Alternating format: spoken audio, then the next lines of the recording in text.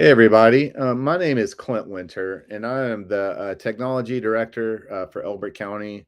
Also, as a longtime middle school teacher. And now, my most challenging role is I'm a parent of middle schoolers myself. I have twins in the eighth grade, and I know how challenging that it can be trying to help your kids with homework. I don't know if your kids are like mine, but when I ask them what they have for homework, they say, I don't know, or ask them how they what they did in school today, and they say nothing, and then ask me to drive them somewhere or buy them something. So I've my wife and I have been working a good bit about how we can be better parents to support their learning in school. And one of the things that I've really turned to and have done a lot of reading and research about is using AI to help students at home. AI stands for artificial intelligence. It's in the news a good bit. Um, and what I've been using specifically for AI is called generative AI. So that's when you type in something, a question or an answer, and then AI gives you like a response back. So that's how I've been using it. And I'm just going to show you. If you're watching this, you probably picked up this flyer and scanned the QR code. And I'm just going to walk you through each four of these steps and using some standards. All right. So I'm going to present this. So back to my kid saying, I don't know what I learned. So I Googled Georgia standards.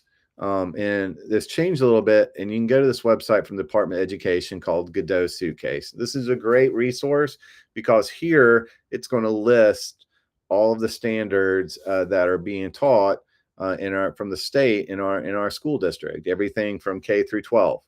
All right. So I just chose a few. So let's look at the seventh grade standard. Obtain, evaluate, and communicate information. Describe how cell structures, cell tissues, organs, and organ systems interact to maintain the basic needs of organisms. And it also has a link here to some help. So I might check that out. All right. But I don't know about you guys, but it's been a long day, and I will probably have to brush up on some of this myself. So I'm going to copy this standard that I have, and then I'm going to go to Chat GPT. All right. So Chat GPT, like I said, is a generative AI.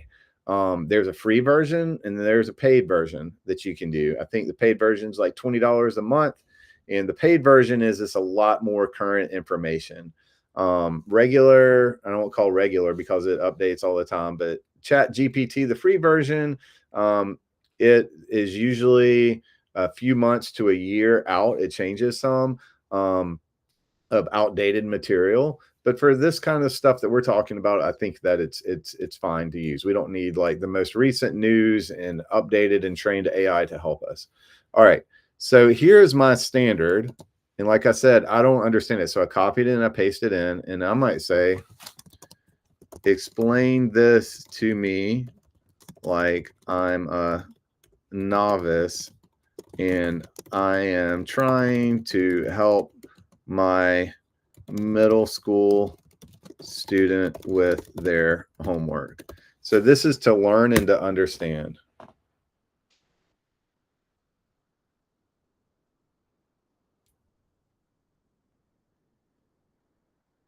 So I'm just kind of going through this. The boss, the power plant, and the security guard. Now that makes sense. I remember that. I remember learning that when I was in school. All right. So this kind of gives me as the parent, thank goodness, a basic overview of what I can do to help support my kid. All right.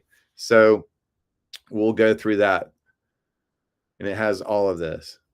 Um, and then some AIs, and I think that like with the free one, this stuff changes all the time. So don't quote me, but you can have like up to a free amount of AI generated art, or you could have um, like a cartoon or something that comes from that. All right. So that's that standard. Let's look at a different standard. Well, let's do sixth grade math. All right. Perform operations with multi-digital digit decimal numbers, fluently use models and student selected strategies. All right.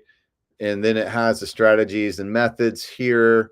I don't know why you can't see me. I'm pointing to the screen of what to do. All right. So now maybe for this, I'm going to copy this standard. And again, I got these from Georgia Suitcase. I'm just pasting them in. All right, got them from right here.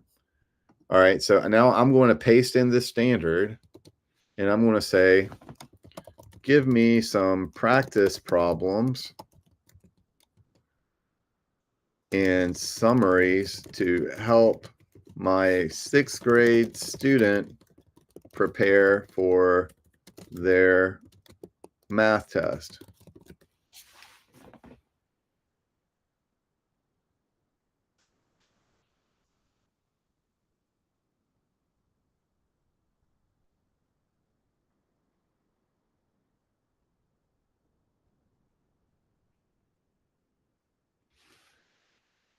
So a good thing as we're doing this too is also to talk to your teacher to make sure that you're aligning and you're doing exactly what it is and expected as well, and that you're teaching the same methods that they are. So look in your kids' Google Classroom for some examples as well. Email, call the school, call your teacher, and be able to talk to them as well. All right, one more standard. All right, let's look at an eighth grade standard. And this was a big idea. ELA standards are a little different. Engagement and attention for comprehension and composition. Students develop personal and academic identities as readers and writers, approaching text for a variety of tasks and purposes, and engage in reading process in order to deepen comprehension and strengthen composition. All right. So if I want this big idea, copy it, Control C. I'm going to put it in Chat GPT. And then I'm going to say, help me organize and plan schedules, reminders, and flashcards. And we'll see what flashcards does. This might not be good. We'll see. And part of this is all trial and error to help my student stay on track for a big ELA project. Putting on my parent hat. This is something that my kids struggle with, is because maybe like some of your kids, my kids are either super involved, sometimes they're not as much interested in the big projects.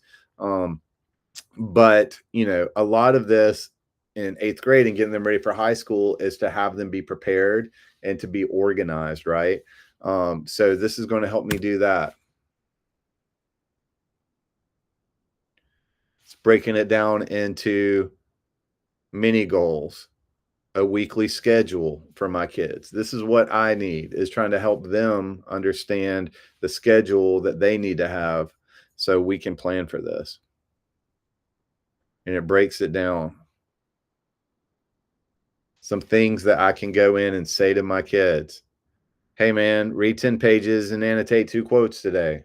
That's something I expect you to do after dinner tonight, or whatever.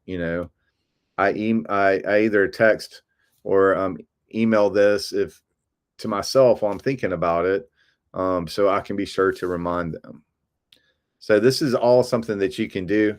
Chat GPT and Gemini also have an app, so you can do this on your phone. If you don't have a computer, you can do it on the phone, and this is available to adults.